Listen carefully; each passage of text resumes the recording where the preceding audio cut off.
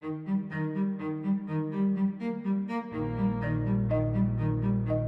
been talking about economic growth, how it started, how it diffuses, what the big problems are, how countries still trapped in poverty can spring free of the poverty trap. But the problem, we know, is more complicated than that.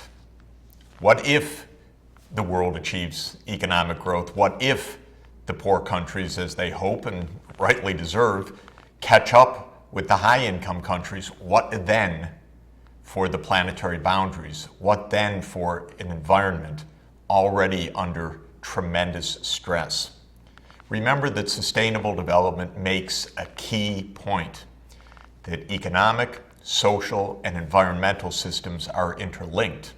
So I want to focus now more deeply on how we might even conceive of bridging this terrible problem of global economic growth, the good that we want, the progress for poor countries, with a worsening environmental crisis. We have to understand the environmental systems and how humanity is affecting them. Then we have to look for practical approaches, how we can reduce the pressures that humanity is placing on the climate, on the oceans, on the land, on other species, so that we can reconcile these two objectives and indeed make it possible to achieve all three of the basic goals of sustainable development: economic growth, fairness and social inclusion, and environmental sustainability. Remember the concept of planetary boundaries, or the fact that we're living in a new geologic era, the Anthropocene.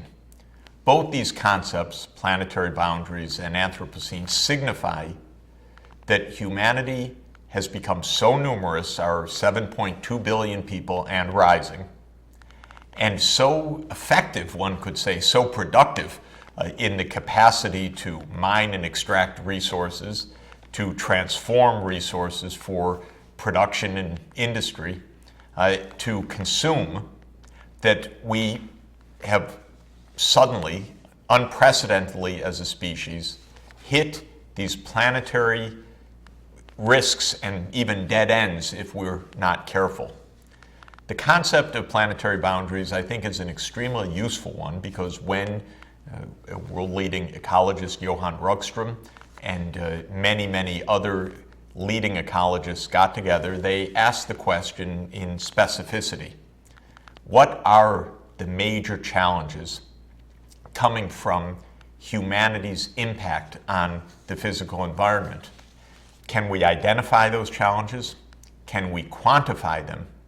Can we identify what would be safe limits for human activity so that we can begin, rather urgently because we're late to this, to redesign our technologies and our economic growth dynamics so that we can have economic improvement while staying within the planetary boundaries? You'll recall the picture that we looked at of the planetary boundaries around this circle, and I want to say a few words about each of these so that we can begin to look deeply at the question of how to reconcile growth and these various environmental threats. The first of the challenges, and the biggest, is climate change. This is being caused by humanity's use of particular technologies, especially fossil fuels, and the way we use land and grow animals and food that produces atmospheric change in the form of rising concentrations of a few particular gases. Carbon dioxide is the most important of these, nitrous oxide, methane, and a few more industrial chemicals are the greenhouse gases that have the property that they allow the sunlight in as ultraviolet radiation, but then when the Earth would re-radiate its heat to space, they trap energy in the form of the outgoing infrared radiation and thereby warm the planet. So these greenhouse gases are very particular molecules that have the property that they absorb infrared radiation. And so when their concentration in the atmosphere increases, that warms the planet. It's because of these greenhouse gases that life is possible in the way we know it, because that envelope of the atmosphere has made the Earth warmer than, say, the Moon, which lacks an atmosphere and is very, very cold as a result. But at the same time, if we perturb the greenhouse gas concentrations, raise them by raising the CO2 or the methane or the nitrous oxide in the atmosphere, then we endanger ourselves and other species. The second of the planetary boundaries is related: ocean acidification. This also comes from carbon dioxide in the atmosphere, which is increasing because of human use of coal, oil, and gas.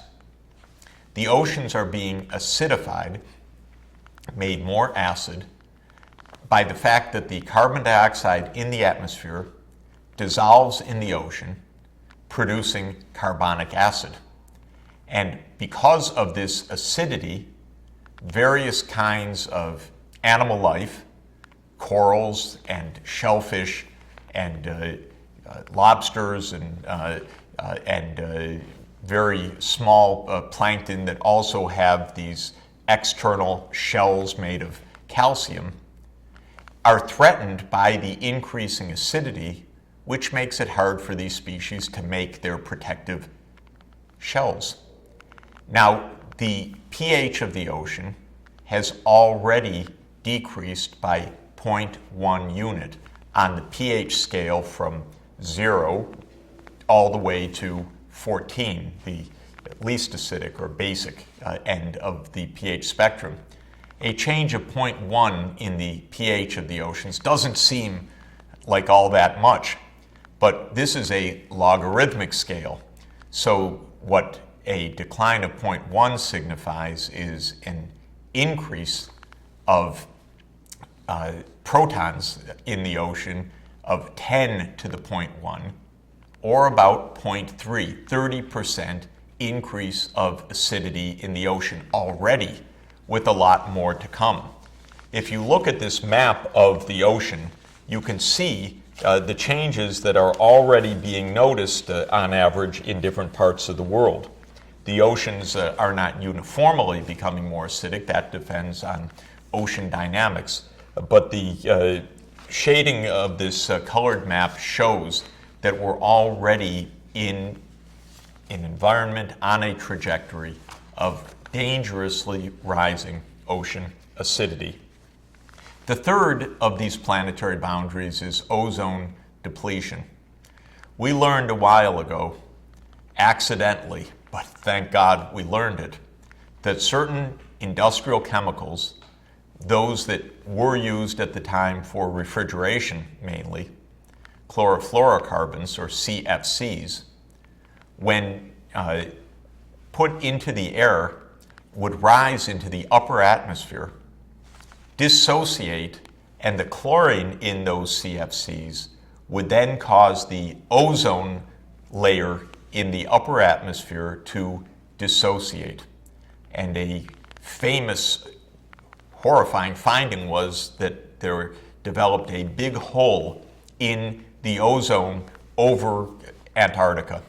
And when that was discovered by satellite, of course, people were rightly terrified, because the ozone layer in the upper atmosphere protects us from too much ultraviolet radiation. It saves us from skin cancer and many other harms. And humanity realized that this planetary boundary was already being crossed. The ozone was already being depleted unwittingly by us. This is what's so frightening. We didn't even know it until some brilliant atmospheric chemists unveiled the mechanisms by which these chlorofluorocarbons deranged and destroyed the ozone level. The next of the planetary boundaries is the heavy human-caused loading of nitrogen and phosphorus.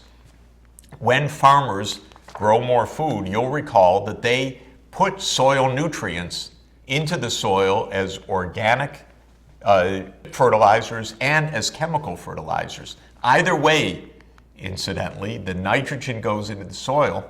Some of it gets taken up by the crops, but a lot of it runs off the farm into the water, into the groundwater, and it collects in the rivers, and especially collects in the estuaries, the point where rivers meet the ocean. And that heavy pollution of nitrogen and phosphorus coming mainly from fertilizer use is creating a tremendous amount of ecological destruction. We'll have a look at that shortly. The next big challenge of planetary boundaries comes from our overuse of freshwater resources. We need fresh water every day to stay alive. Our crops need fresh water. Of the total amount of fresh water that humanity uses, about 70% is used for agriculture to grow our food. About 20% is for industry, and about 10% only, interestingly enough, is for our household use, for hygiene and sewerage and the rest. We use so much water, especially for our food production, that we are depleting very, very important sources of fresh water. For example, in the United States, in India, in China, and in other parts of the world, we're drilling for water in groundwater aquifers. We are taking the water out, using it for irrigation, but taking the water out at a much faster rate than the water is being replenished by rainfall and then by the water percolating back into the groundwater. We're depleting the groundwater. When it runs out, disaster. And that's happening in many places in the world and will happen in many other places in the coming decades unless we are much more efficient in our water use. To grow food, to feed our animals, of course, humanity uses a massive amount of land. We also use land for our cities, for our parking lots, for our streets. But actually, the urban areas, even though they seem to dominate, are only a few percent of the total land area on the planet. The farmland and the pasture land and the timberland that we use for forest products is a much, much larger proportion of the total land area. And humanity has been grasping over history for more and more land, more and more pasture land, more and more cropland. After all, the human population, as we know, has increased roughly 10 times since the Industrial Revolution. That requires a lot more farmland to feed the 7.2 billion of us. The problem with that is that we share this planet with other species. And as we grasp this land for our farmland, for our pasture land, for our timberland, for our palm oil plantations, and many, many other uses, we are literally chasing the other species away and off the planet into extinction in many cases. Our land use is having devastating consequences on biodiversity. The next category identified is aerosol loading, small particles put up into the air because of industrial processes or households that are burning coal to keep warm and creating a tremendous amount of air pollution, very damaging for the lungs, claiming many, many lives per year, and with a heavy impact also on changing climate dynamics. Then there's a very broad category of chemical pollution. Our petrochemical industries, our steel industry, mining industries, not only demand a tremendous amount of land and water for their processing, but they add a tremendous amount of pollutants back into the environment. Many of these pollutants are persistent. They last in the environment, they accumulate. They can be very deadly for humans, for other species. And the range of chemical pollutants is so vast, and the human and animal and plant health consequences so large that it's absolutely impossible to summarize except to say that the problems are horrific in many places. China, the world champion of economic growth over the past 30 years, has also become the champion of polluted waterways of major cities because of the extent of the heavy industrial processing. And this all sums up to a final category of biodiversity loss, the death, the extinction of other species. We're killing more animals and plants than we even know, than we've even met and cataloged scientifically, because we're chopping down rainforests, poisoning environments, acidifying the oceans, creating so much pollution and poisoning that species are disappearing even before we're able to identify and catalog the millions of other species that share the planet with us and that we share with them. We are not stewards of global biodiversity right now. We are posing absolutely profound challenges. And when it comes to biodiversity loss, one could say that all of these planetary boundary threats, the acidification, the climate change, the land use patterns, the pollution, they're all contributing to the loss of species, probably by the millions. It's actually hypothesized, shocking as it may seem, that humanity is now causing the sixth great extinction wave of the planet Earth. The other five, the first, for example, 440 million years ago, the next one, the second, 365 million years ago, and so forth, weren't caused by any species, weren't caused by human beings, since we weren't there. These were natural dynamics, whether it was asteroid hits or whether it was the internal dynamics of the Earth itself. These were natural processes. This sixth mega extinction is not natural. It is the result of one species, that would be us, causing so much damage on the planet that we are putting millions and millions of other species at risk. And since we depend on those other species, of course, we are putting ourselves at profound risk. We are also creating a hugely unstable environment. My colleague, Professor James Hansen, recorded the extreme heat events on the planet from the 1950s till now, shown in this series of maps.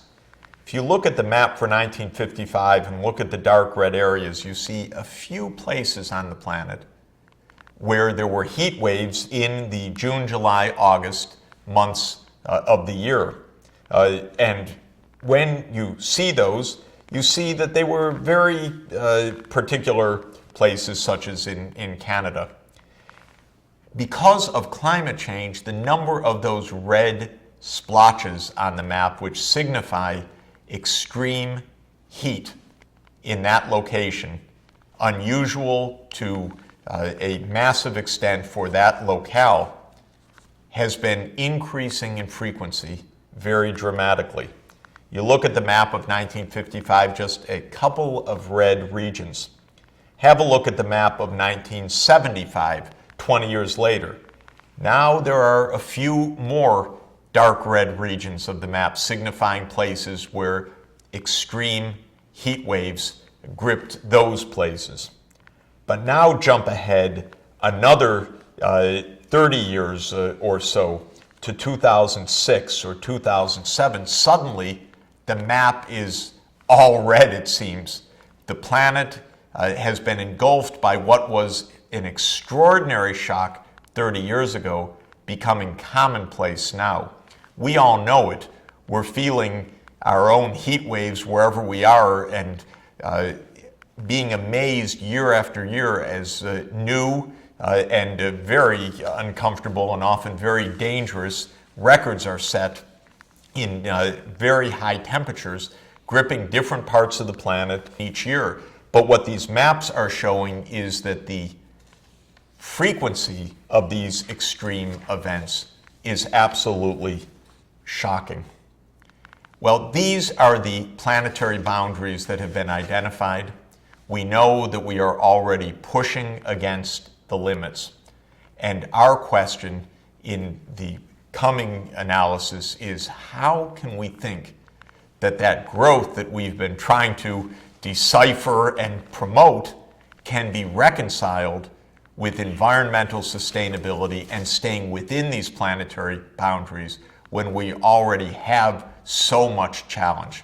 That is our question as we now delve more deeply into the intersection of economic growth and planetary boundaries.